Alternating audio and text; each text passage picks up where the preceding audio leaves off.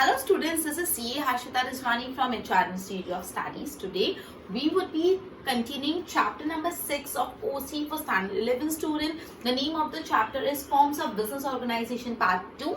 So students, we have started this chapter in our earlier video. We have studied about cooperative society. What is cooperative society? What are the characteristics of cooperative society? What are advantages of cooperative society and what are limitation of cooperative society, right? So हमने forms of business organization part 1 में पढ़ा था about sole proprietorship, HUF, right, and partnership. And forms of business organization part 2 में हमने सबसे पहला topic पढ़ा cooperative society. अब topic number 2 is about joint stock company. So today our discussion is all about joint stock company. अब joint stock company क्या होता है, उनके कैरेक्टरिस्टिक क्या होते हैं, उनके फायदे क्या है, उनके नुकसान क्या, ये चीज हम आज पढ़ेंगे. ओके, सो चालू करें अपना session. Let's begin. Okay, joint stock company पे आते हैं तो सबसे पहले कंपनी ना एक लीगल आर्टिफिशियल पर्सन है. मतलब कंपनी भी पर्सन है, नेचुरल पर्सन है जैसे हम है, लेकिन वो एक आर्टिफिशियल पर्सन है जो लीगली क्रिएट किया गया. मतलब लॉ के द्वारा वो कंपनी बनाई गई और वो कंपनी को एक अलग आइडेंटिटी माना जाता है, एक अलग इंसान माना जाता है, उसकी एक सेपरेट लीगल आइडेंटिटी होती है. तो सबसे पहले जो जॉइंट स्टॉक कंपनी होती है लीगल आर्टिफिशियल पर्सन होता है. आर्टिफिशियल पर्सन हम नेचुरल पर्सन है. आर्टिफिशियल पर्सन मतलब जो लॉ के द्वारा बनाया जाता है, वो मतलब लॉ के द्वारा एक कंपनी बनाता है, वो कंपनी का एक लीगल सेपरेट लीगल एग्जिस्टेंस होता है. It is an artificial person, right? Okay. So, company is an artificial, invisible, intangible person in the eyes of law. कानून के दायरे में या कानून की आंखों में कंपनी क्या है? आर्टिफिशियल पर्सन है, इनविजिबल पर्सन है, दिखती थोड़ी है कंपनी, एंड इंटेंजिबल पर्सन मतलब ऐसा पर्सन ना जिसको छू सकते हैं ना दिखती है, और वो कैसी है? आर्टिफिशियल है. So joint stock company is an artificial, invisible and intangible person in the eyes of law, right? Company means a company registered under this act or any other former act. मतलब अगर आपको company की definition पूछे, so company simple कोई भी company which is registered under Companies Act और any other former act. Farmer मतलब पहले कोई एक्ट पास हुआ उसके तहत. तो इंट्रोडक्शन में अभी तक हमने यही पढ़ा कि जो कंपनी है वो एक आर्टिफिशियल पर्सन है, वो एक इनविजिबल पर्सन है, वो एक इंटेंजिबल पर्सन है, राइट? सो जॉइंट स्टॉक कंपनी क्या होती है? Any company which is registered under companies act और एनी अदर एक्ट, उसको हम लोग बोलते हैं जॉइंट स्टॉक कंपनी. अब आ जाते हैं जॉइंट स्टॉक कंपनी के कैरेक्टरिस्टिक. ओके, तो there are about 11 characteristic of joint stock company. We are on the topic of characteristics of joint stock company. 1. Okay, सबसे पहला कैरेक्टरिस्टिक है लीगल पर्सनालिटी. मैंने आपको बताया कि जॉइंट स्टॉक कंपनी एक सेपरेट लीगल पर्सन है, सेपरेट आर्टिफिशियल पर्सन है, उसकी एक अलग लीगल आइडेंटिटी है, आप उसको एक अलग इंसान ही मान लो, kind of, right? So legal personality, company is a separate legal personality with its registration. जैसे ही आपने अपनी कंपनी को रजिस्टर कराया, रजिस्ट्रेशन कराते से आपकी कंपनी एक सेपरेट लीगल आइडेंटिटी उसको मिल जाएगी. Company can sue in its own name, can enter into contract and can be sued against the company. Sue मतलब क्या है? SUE मतलब केस कर देना. मतलब कंपनी अपने नाम पे किसी और पे केस भी कर सकती है, कंपनी के नाम पे भी कोई केस कर सकता है, और कंपनी अपने नाम पे प्रॉपर्टीज भी खरीद सकती है. मतलब जो कंपनी को चलाता है उसको उसके नाम पे कुछ नहीं होगा. Company itself, suppose XYZ limited, तो XYZ जो नाम है कंपनी का, उसके नाम पे ही प्रॉपर्टी खरीदी जाएगी. उसके नाम पे अगर आपको किसी को स्यू करना है, मतलब किसी के खिलाफ केस फाइल करना है, किसी को कोर्ट में लेके जाना है, you can sue that person और any other company, name of company. And किसी और को अगर आपको स्यू करना है तो वो भी कंपनी के नाम पे स्यू करेगा. सो कंपनी एक सेपरेट लीगल पर्सनालिटी, उसका सेपरेट लीगल एक्सिस्टेंस है. Company can sue in its own name, can enter into contract in his own name, company के नाम पे कॉन्ट्रैक्ट भी होते हैं, and can enter and can be sued against the company. कोई और भी against मतलब कोई और भी आपको sue कर सकता है. इन शॉर्ट मैं आपको इतना बताना चाहती हूँ कि कंपनी अगर आपने एक बार रजिस्टर कर ली ना, तो जो भी एक्टिविटी होती है ना वो कंपनी के नाम पे होती है, ना कि कंपनी के बोर्ड ऑफ डायरेक्टर या कंपनी के मैनेजर्स या कंपनी के शेयर होल्डर. कंपनी एक अलग सी इंडिविजुअल आइडेंटिटी है. First is legal personality. Second one is perpetual existence. Perpetual मतलब क्या होता है? कंटिन्यूस. परपेचुअल मतलब कंटिन्यूस जो चलता जाता है. हमने कोऑपरेटिव सोसाइटी में भी पढ़ा था परपेचुअल एग्जिस्टेंस कि एक का या आधे मेंबर की किसी की डेथ हो गई, किसने रिजाइन कर लिया या कोई इंसॉल्वेंट हो गया, इंसीन हो गया, कोई फर्क नहीं पड़ता, कोऑपरेटिव सोसाइटी तो चलती रहेगी. उसी तरह कंपनी को कोई फर्क नहीं पड़ता शेयर होल्डर की किसी रिजाइन किया, बोर्ड ऑफ डायरेक्टर ने रिजाइन किया, कंपनी तो एक अलग इंडिविजुअल आइडेंटिटी है, right? Company is a separate legal identity by law. It is not affected by any circumstances like death, insolvency of member. मतलब कंपनी को किसी मेंबर की डेथ हो जाना, किसी मेंबर की इंसॉल्वेंसी हो जाना, इन सब से कोई भी फर्क नहीं पड़ता बिकॉज उसकी एक सेपरेट लीगल आइडेंटिटी है. Company can be brought to an end only through the liquidation process. अगर आपको कंपनी को बंद करना है ना तो एक प्रोसेस फॉलो करना पड़ता है जिसको बोलते हैं लिक्विडेशन. लिक्विडेशन मतलब कंपनी को बंद कर देना. पूरी कंपनी की आइडेंटिटी जो आपने सेपरेट लीगल आइडेंटिटी दी थी रजिस्टर कराने के बाद वो पूरी जीरो. ठीक है, कंपनी में कोई आया गया, कंपनी की आइडेंटिटी को कोई फर्क नहीं पड़ता. कंपनी तभी एंड होगी जब आपने कंपनी को लिक्विडेट करा दिया, मतलब जो कंपनी का लिक्विडेशन कर दिया है. तो इस सब ने ये समझा कि कंपनी की सेपरेट लीगल आइडेंटिटी होती है. किसी के भी डेथ, किसी के भी इंसॉल्वेंसी की कंपनी को कोई फर्क नहीं पड़ता. कंपनी को बंद करना है तो आपको कंपनी का लिक्विडेशन करना पड़ेगा. So third is, second is perpetual existence. Perpetual existence. Next is third point is division of capital into small fraction. Company में जो कैपिटल सम होता है बहुत बड़ा होता है, उसको छोटे छोटे पार्ट में डिवाइड करते हैं. How? In the form of shares. अगर कंपनी के पास 100 रुपए है, सपोज आज मैं कंपनी चालू करी, मैंने मेरी कंपनी रजिस्टर कर ली और मेरा टारगेट है मुझे 100 रुपए चाहिए टू स्टार्ट माई बिजनेस. ये 100 रुपए के मैं शेयर्स इश्यू करूंगी. 1 रुपए का एक शेयर, तो कितने शेयर इश्यू होंगे? 100 शेयर इश्यू होंगे. तो ये जो शेयर्स है, सपोज 95 लोगों ने खरीद लिए, तो 95 रुपीज से 95 लोगों ने एक रुपया दिया, तो मेरे पास कितने रुपए आके 95 रुपीज कलेक्ट हो गए, राइट? तो मतलब मैंने मेरे 100 रुपए को 95 हिस्सों में बांट दिया. तो मैंने आपको बहुत छोटे एग्जांपल के थ्रू समझाया. कंपनी बहुत ह्यूज अमाउंट का कैपिटल रेज करती है in the form of shares. लोग शेयर्स खरीदते हैं और कंपनी का कैपिटल बिल्ड होता है. मतलब कंपनी का कैपिटल छोटे छोटे टुकड़ों में बटा हुआ है. इसको पढ़ते हैं आगे. The capital of the company is divided into small part, और हर एक पार्ट को क्या बोलते हैं? Share. Capital of the company is divided into various small part, और हर एक पार्ट को बोलते हैं शेयर. जैसे 100 रुपए को मैंने 100 हिस्सों में तोड़ दिया और हर एक हिस्से को बोलते हैं share. Okay. A company can raise capital funds on large scale through the issue of share. Company को ज्यादा कैपिटल रेज करना है तो कैसे रेज करेंगे? Bye issuing shares. Shares issue करेंगे और पैसा आएगा. ओके, मुझे पैसे चाहिए, मैं मेरी कंपनी के शेयर्स इशू कर रही हूँ, आप खरीदोगे, मुझे पैसा दोगे, मैं मेरी कंपनी का हिस्सा, दैट इज शेयर, आपको दूंगा. ठीक है. Purchaser of share is called share holder of a company. अब जिसने कंपनी के शेयर खरीदे हैं, सपोज XYZ लिमिटेड मेरी कंपनी और आपने मेरी शेयर्स खरीदे, तो आप कौन होंगे? मेरी कंपनी के शेयर होल्डर, मतलब आप शेयर होल्ड करते हो. Are the concept getting clear to you? Third अपना पॉइंट था division of capital into small fraction. Simple है, जो कंपनी का कैपिटल है वो छोटे छोटे हिस्सों में डिवाइडेड होता है और हर एक हिस्से को शेयर बोलते हैं. ठीक है.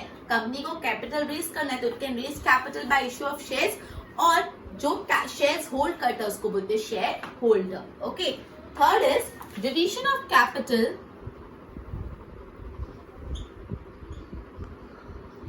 in small fraction. Okay, next. Fourth point, easy transfer of share. अब सपोज आपने मेरे शेयर खरीदे, आप मेरे शेयर होल्डर हो. अगर आपको अपने शेयर्स बेचने, ट्रांसफर करने, तो आप क्या कर सकते हो? Yes, you can do it. आप अपने शेयर्स किसी और को बेच दो. अब आप मेरे नहीं, वो इंसान मेरा शेयर होल्डर हो जाएगा. Isn't it very simple? Yes, आप शेयर्स को ट्रांसफर कर सकते हो. So shareholder can sell and purchase the shares of company subject to provision of the company and law. Obviously आप शेयर होल्डर, आप कोई भी कंपनी के शेयर्स खरीद सकते हो, बेच सकते हो, वो कर सकते हो subject to the provision of law. Law में जो लिखा है उसके दायरे में रह के आप काम करोगे. Obviously Therefore, transfer of share is important characteristic of company. तो कंपनी का एक और important characteristic कि आप शेयर जो है ना वो ट्रांसफर कर सकते हो, मतलब खरीद भी सकते हो, बेच भी सकते हो. So transfer of share. Fifth point is common seal. Common seal क्या होता है? Seal is affix. अब सील मतलब मैंने आपको बताया कंपनी एक सेपरेट लीगल आइडेंटिटी होगी, उसका उनके बोर्ड ऑफ डायरेक्टर या उनके मैनेजमेंट से लेना देना नहीं. Company is a separate legal identity. तो अगर सेपरेट लीगल आइडेंटिटी उनका सेपरेट थप्पा भी होना चाहिए, सील भी होना चाहिए. सील मतलब स्टैम्प, थप्पा, सील. तो कंपनी का एक सेपरेट सील होता है. जितने भी कॉन्ट्रैक्ट एंटर करते हैं वो कंपनी के सील भी उस पर कॉन्ट्रैक्ट पे लगता है, ना कोई इंडिविजुअल पार्टनर का, ना कोई इंडिविजुअल डायरेक्टर का, कंपनी का सील होना चाहिए. तो ठीक है, सील मतलब जो अपन सील बोलते हैं affixed. Just a minute. On contract, share certificate, document and day-to-day transaction of company to express the consent of company. मतलब कंपनी ये चीज कर रही है, कंपनी का इस चीज में कॉन्सेंट है, वो बताने के लिए जो भी कंपनी के रिलेटेड डॉक्यूमेंट्स होते हैं उन सब पे कंपनी का सील होना जरूरी है. Is it clear? अगर कंपनी का सील नहीं है मतलब कंपनी ने उस कॉन्ट्रैक्ट के लिए हामी नहीं भरा. ठीक है. So fifth is common seal. Okay, तो पहले पांचों रिवाइज कर लेते हैं, फिर हम आगे बढ़ते हैं. अपन क्या पढ़ते हैं स्टूडेंट? जॉइंट स्टॉक कंपनी के कैरेक्टरिस्टिक. सबसे पहला कैरेक्टरिस्टिक मैंने बताया legal personality. Company legal separate legal identity है, सेपरेट लीगल पर्सनालिटी. कंपनी अपने नाम पे किसी को स्यू कर सकती है, कॉन्ट्रैक्ट में एंटर कर सकती है, it can also be sued against, right. दूसरा परपेचुअल एक्सिस्टेंस. कंपनी में किसी का डेथ हुआ, किसी का रेजिग्नेशन हुआ, कंपनी को कोई फर्क नहीं पड़ता, कंपनी का एग्जिस्टेंस तो परपेचुअल है. और कंपनी कब बंद होगी? By the process of liquidation, right. Remember I have expressed this word to you earlier. Third is division of capital into fraction.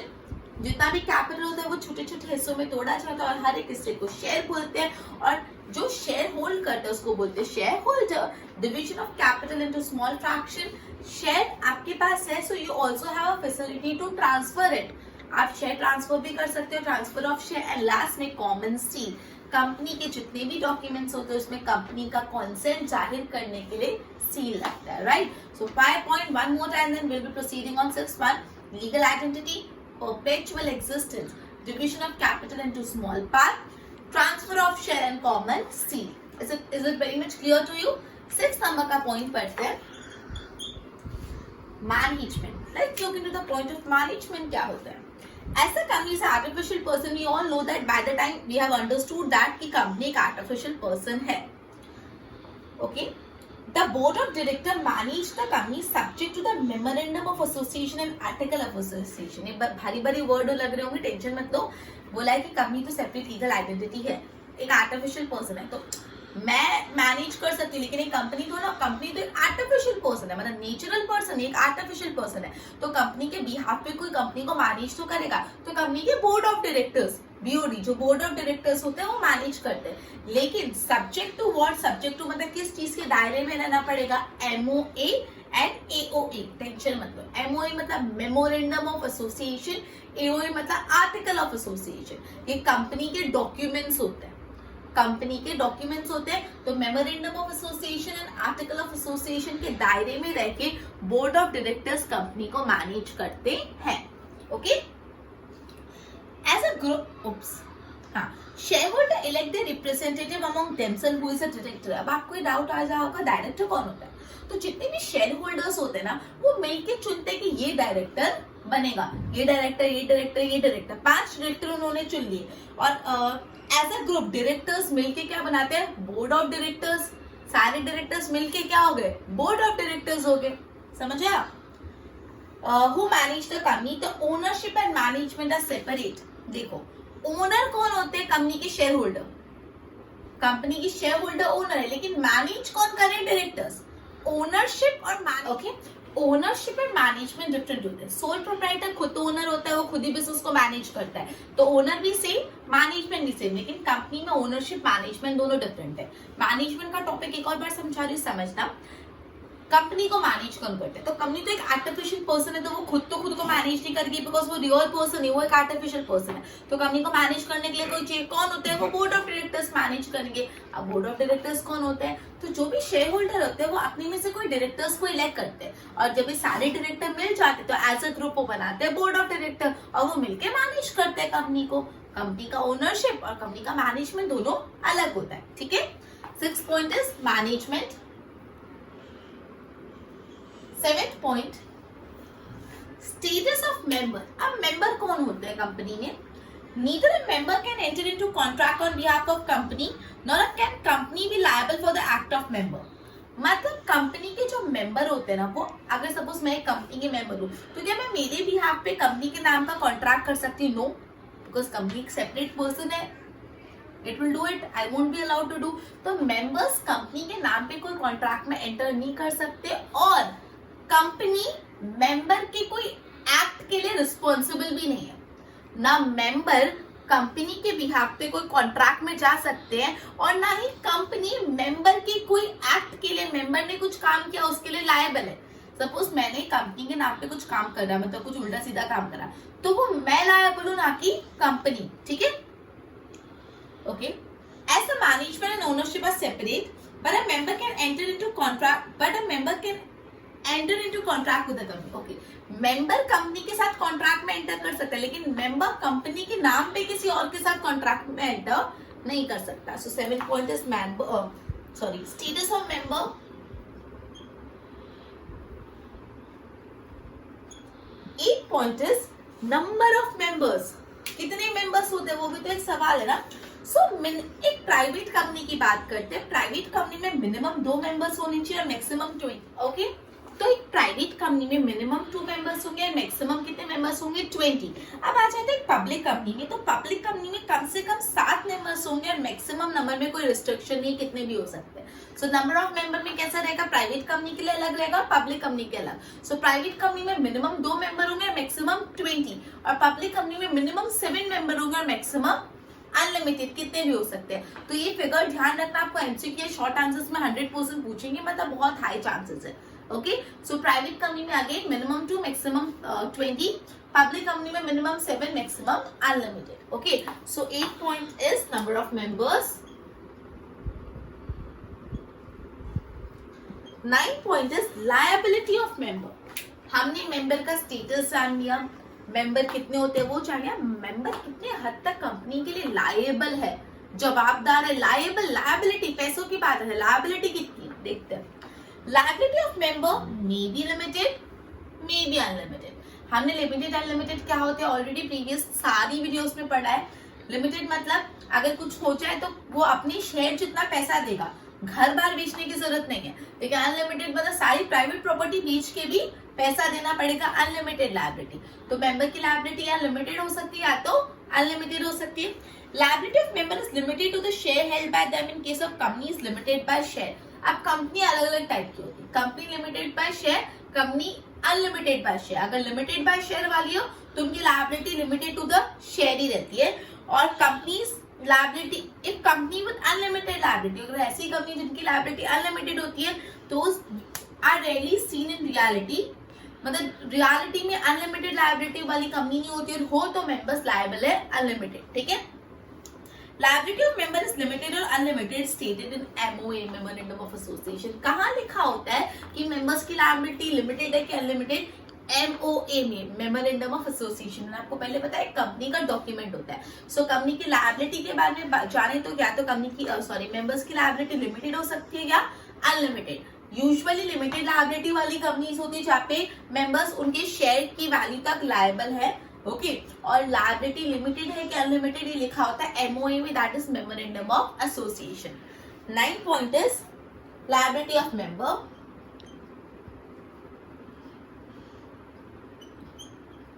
10th point is fundamental rights. Okay, a company is separate legal entity of your by the time you have like many very clear about it, but company is not a citizen of a country. Company separate legal person है, artificial person है, उसकी separate legal identity है, लेकिन company India का नागरिक नहीं है, citizen नहीं है, ठीक है।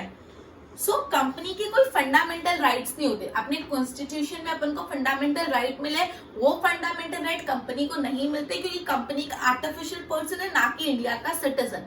One more time get this thing very much clear in your mind, that is जो इंडिया के फंडामेंटल राइट होते, जो अपन को कॉन्स्टिट्यूशन ने फंडामेंटल राइट दिए, क्या वो राइट कंपनी को मिलेंगे? नो, कंपनी सिटीजन नहीं है, कंपनी तो एक आर्टिफिशियल पर्सन है। सिटीजन्स को फंडामेंटल राइट मिलते तो ना कंपनी सिटीजन है, ना उनको फंडामेंटल राइट को एंजॉय करेंगे। So take this fundamental rights.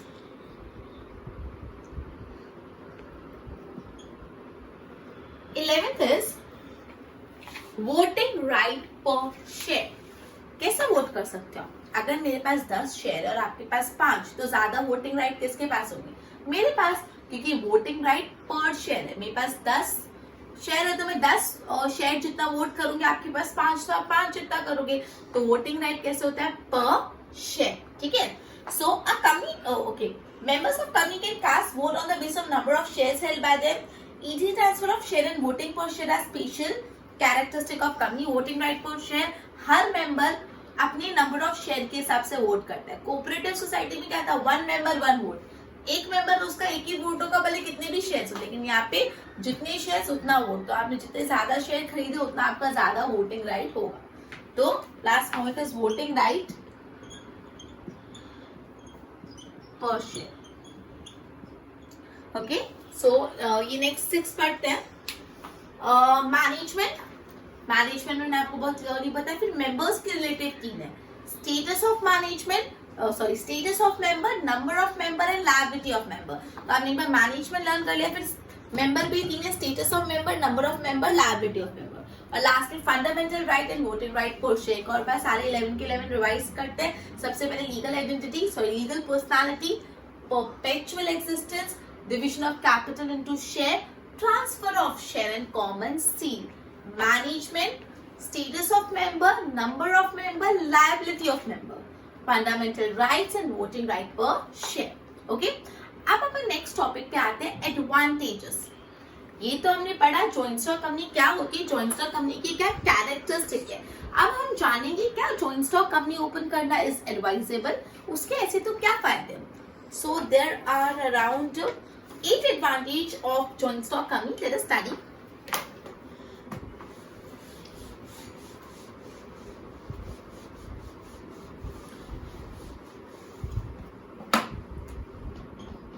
Advantages. First one is huge capital fund. बहुत पैसा मिलता है। कोऑपरेटिव सोसाइटी में पैसों का दिक्कत था ना, क्योंकि वोटिंग राइट पर शेयर पर मेंबर है, सब एक, किसी को क्यों ज्यादा शेयर खरीदेंगे? वोटिंग राइट तो पर मेंबर ही है। मेरे पास 10, आपके पास 5, तो भी अपन दोनों का वोटिंग राइट सेम है। तो मैं बोलूं मैं भी 5 ही खरीदू ना, तो पता है उसमें ये तकलीफ आ जाती थी कि पैसा इकट्ठा नहीं हो पाता था, लेकिन यहाँ पे तकलीफ सॉल्व होगी, कैपिटल इकट्ठा हो जाता है। So huge capital fund, a company divides it's capital into small fraction, attraction to purchase more number of share always remain because voting right is per share.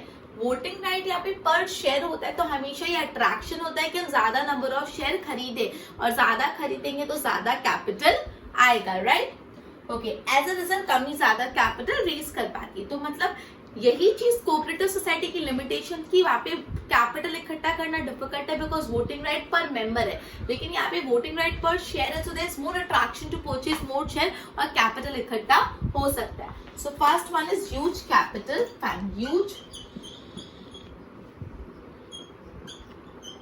Okay, second one is easy transfer of share. ये हमारा characteristic भी था, characteristic में अच्छी बातें भी आ जाती है, बुरी बातें भी, तो उसमें से हम अच्छी बात पे की कि वहां पे शेयर्स इजीली ट्रांसफर हो जाते हैं। So the members of company can sell their shares and get money whenever desire. अगर मैंने कोई कंपनी के शेयर खरीदे और मुझे लग रहा है मुझे कैश चाहिए, तो मैं मेरे शेयर बेच के कैश ला दूंगी। सो अगर आपने कोई भी कंपनी के शेयर खरीदे, you can sell the share and get the money back. Okay, और अगर चाहिए तो दूसरे शेयर्स भी परचेज कर सकते हो। Due to the easy purchase and sale of share in recognized stock exchange, although restriction is laid down on transfer of share of a private company. बोला है कि देखो नॉर्मली क्या होता है, जो भी शेयर्स होते हैं आप इजीली सेल करके you can get your money back और you can purchase the shares of other company. तो यहाँ पे जो ट्रांसफर ऑफ शेयर होता है that is purchase and sell, वो काफी इजी होता है। लेकिन जो प्राइवेट कंपनीज होती है उनके शेयर ट्रांसफर में थोड़े बहुत रिस्ट्रिक्शंस होते हैं, लेकिन ओवरऑल हम देखें तो शेयर ट्रांसफर करना इजी होता है। तो ये फायदा है, easy transfer of share. Third point, limited liability of member. The liability of member is limited up to the face value of share in company. मैंने आपको बताया liability अनलिमिटेड है, लिमिटेड। लिमिटेड मतलब जितना शेयर्स है उतनी वैल्यू तक। तो बोला है जो liability of member है, it is limited to the face value of share. Share की जितनी face value, जितनी वैल्यू उधर तक लिमिटेड है। In circumstance of liquidation or winding up, जब कंपनी बंद हो रही है, they have not to pay more money than the face value of share. अगर कंपनी बंद भी हो रही है तो जितनी उससे कंपनी के वैल्यू ऑफ शेयर्स है, उसके पास मेरे पास सपोज 50,000 के शेयर्स है तो मुझे 50,000 ही पे करना पड़ेगा, ज्यादा नहीं। मतलब up to face value, liability limited है, ऐसे नहीं मेरे को मेरे प्रॉपर्टी बेच के पे करना पड़ेगा। लायबिलिटी यहाँ पे लिमिटेड होती है, तो ये भी अच्छी बात है। Third is limited liability of members.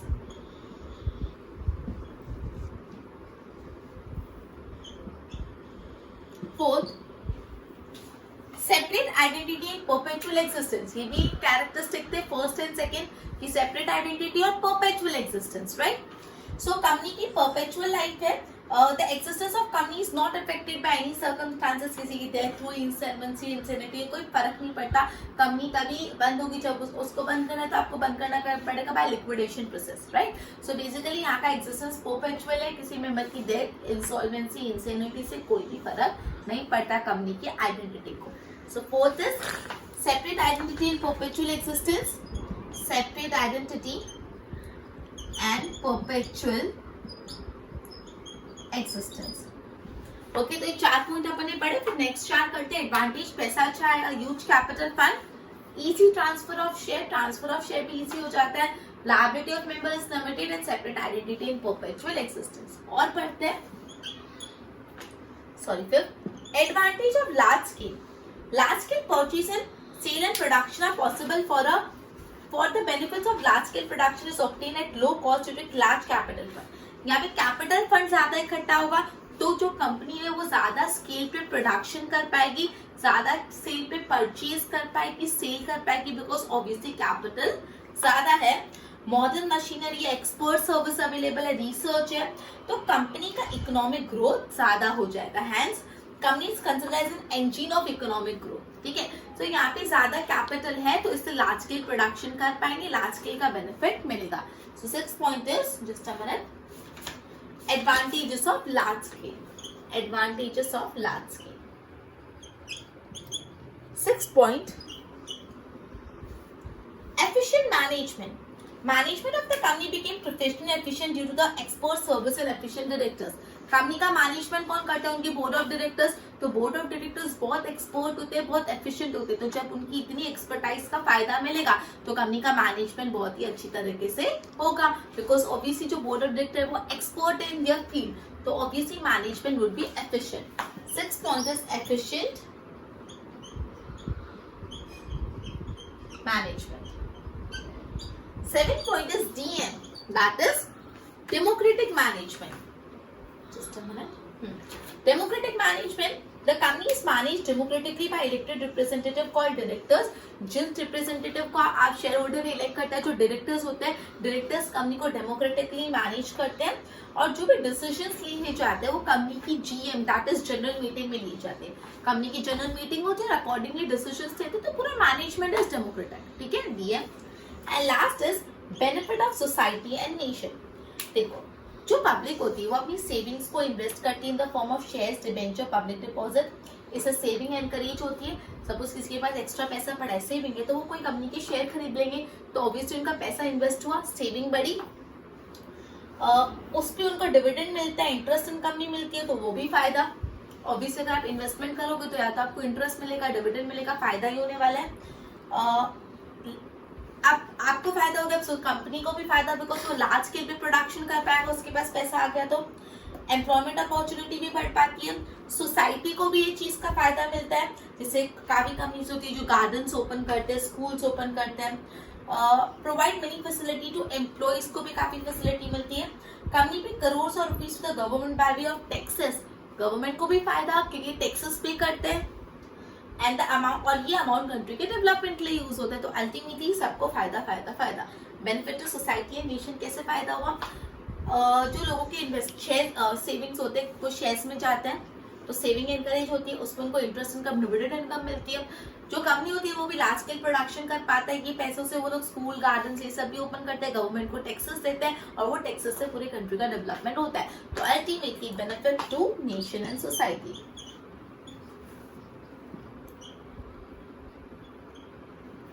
Okay, so last 4 point advantages of large scale EMDM, efficient management, democratic management. EMDM, efficient management, democratic management and benefit to nation and society. So one more time, सारे advantages, only 8 advantages, so let us revise it. सबसे पहला इसका advantage है पैसा ज्यादा, huge capital fund, a large amount of money, huge capital fund. Second इसका point है transfer of share easy हो जाता है. Third point is liability of member limited रहती है. Fourth है identity separate है, perpetual existence है.